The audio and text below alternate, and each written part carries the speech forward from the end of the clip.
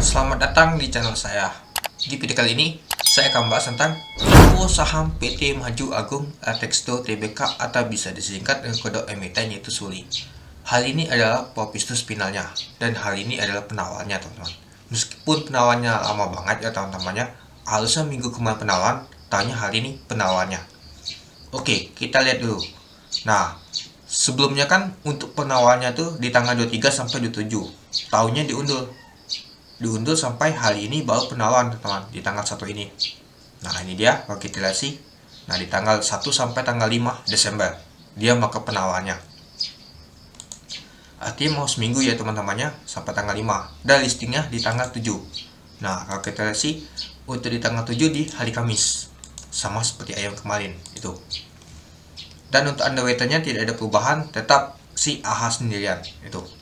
Nah, jadi untuk perubahannya tidak ada ya teman-temannya. Dan untuk harga finalnya di 170 dia. Nah, lalu kalau kita lihat untuk jumlah sahamnya nih, kalau saya baca-baca sih gak ada perubahan sama sekali teman-teman. Tetap untuk harga sahamnya nih. Jadi hanya diundur saja teman-teman. Tapi sampai saat ini saya baca-baca belum ada berita kenapa dia diundur gitu. Oke. Nah, mungkin teman-teman kemarin tuh bertanya, ada juga yang sudah IPO yaitu Halo. Ya benar, PT Halo Jane Tbk. Nah, kalau kita lihat untuk Halo kemarin tuh ya, dia sempatnya naik tapi ditutup di zona hijau 17% itu. Ya meskipun tutup di zona hijau, tapi lumayan juga ya teman-temannya untuk Halo kemarin. Halo kemarin itu juga perusahaan rugi dia, tapi masih bisa naik untuk sahamnya itu. Nah, apakah untuk SULI ini akan naik juga? Nah, kita gak ada tahu ya teman-temannya. Mungkin bisa naik ya teman-temannya pada saat listing nanti. Tapi jangan berharap untuk SULI ini. Oke, mari kita lihat untuk valuasi SULI. SULI ambil di harga paling atas yaitu 170. Nah, kita lihat dulu untuk valuasinya. Untuk PBP-nya di tahun 2022 yaitu 10,41 kali. Untuk di tahun 2023 disetahunkan yaitu 8,82 kali. Untuk PER-nya di tahun 2022 yaitu 105,30 kali. Untuk di tahun 2023 disetahunkan yaitu minus 75,83 kali.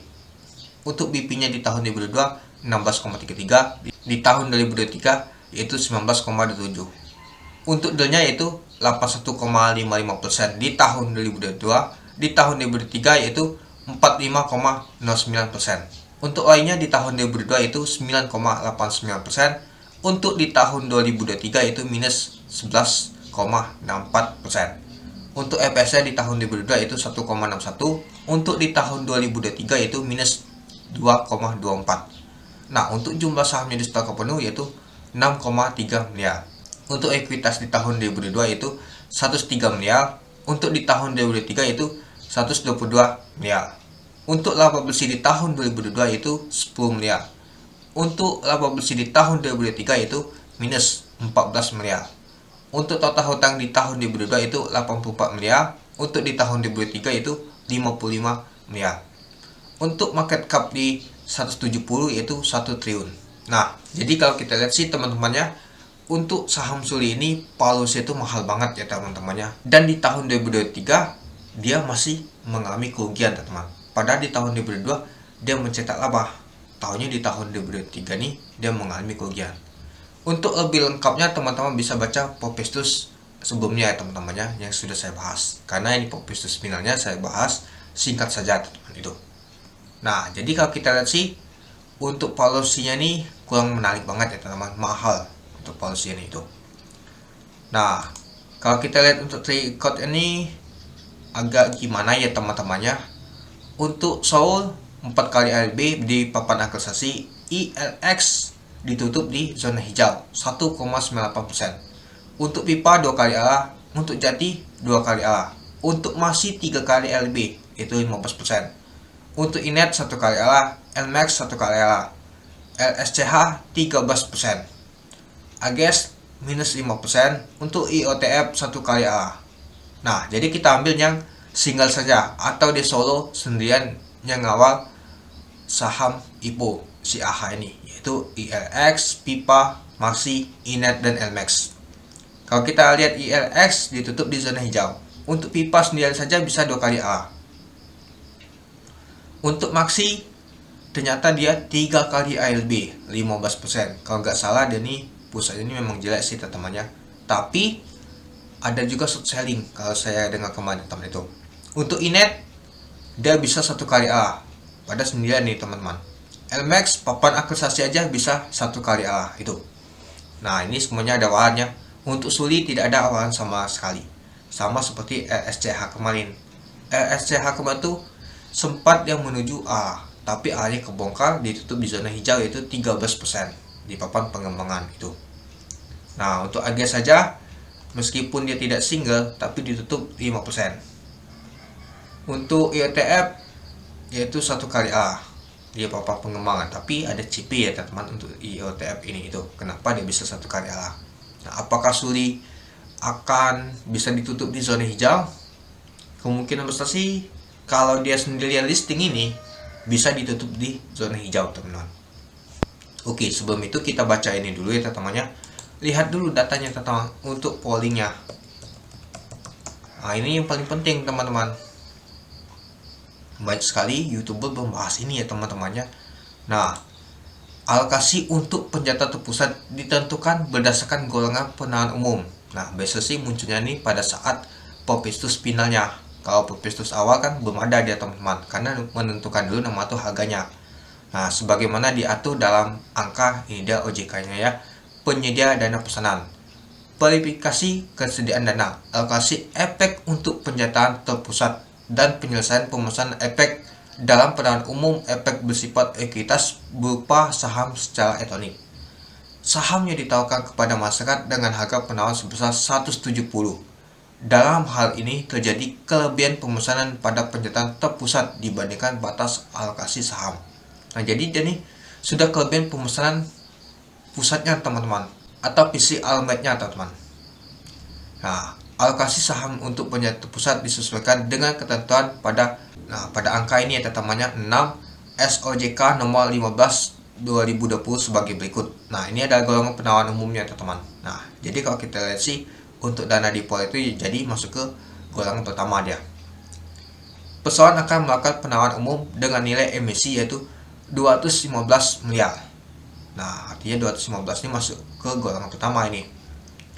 Nah sehingga berdasarkan angka ini penawaran umum perusahaan digolongkan dalam golongan penawaran umum pertama.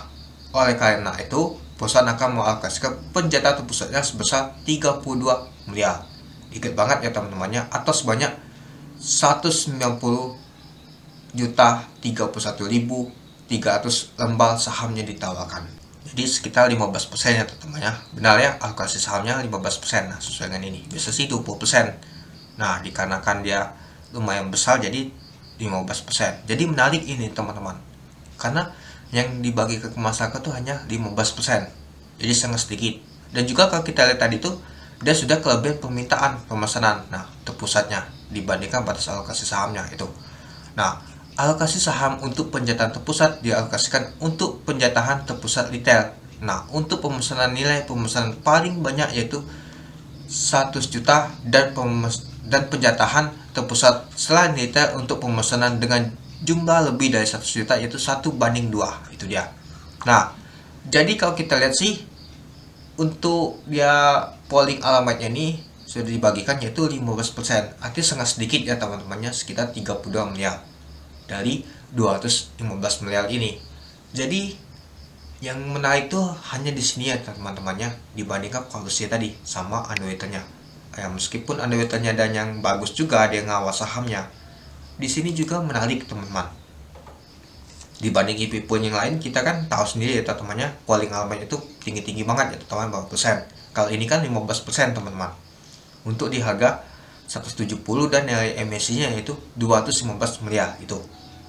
Nah, jadi kalau teman-teman ada yang mau ikut, ini dia di hari pertama hari Jumat ini sampai jam ini ya teman-temannya. Nah, untuk di tanggal 5 Desember nanti tutupnya sampai jam 10 pagi teman-teman.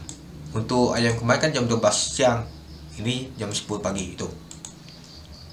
Jadi bagi teman-teman yang mau ikut silakan untuk siapkan dananya, tapi tetap baca dulu prospektusnya teman-temannya itu.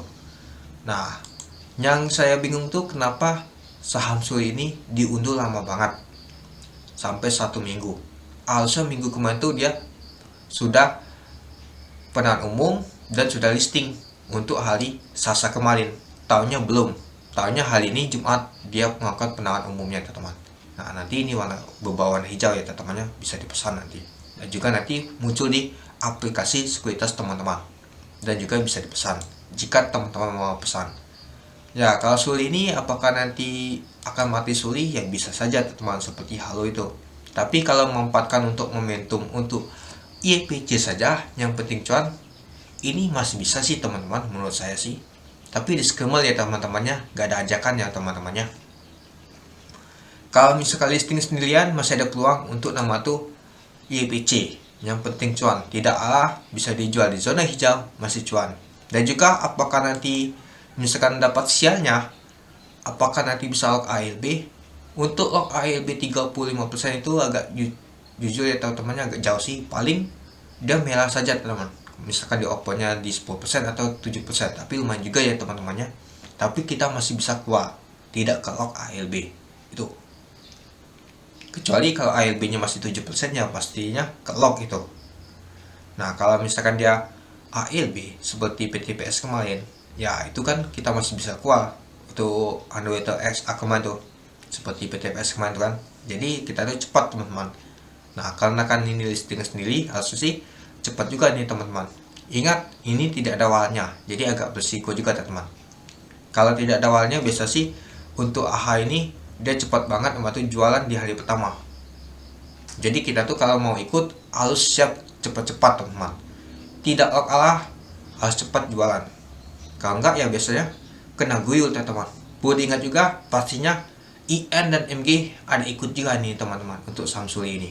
Ya apalagi terutama IN tuh hobi banget dia ikut di IPO ini. Sekali ikut dia masuknya banyak banget. Sekali dia buang itu kerasa banget, apalagi tidak ada tembok. Kalau tidak ada tembok bisa jatuh banget itu teman-teman untuk harganya. Misalkan dia dari awal, taunya dia buang, langsung dia turun teman-teman, goyang, mulailah retail tuh panik semua itu.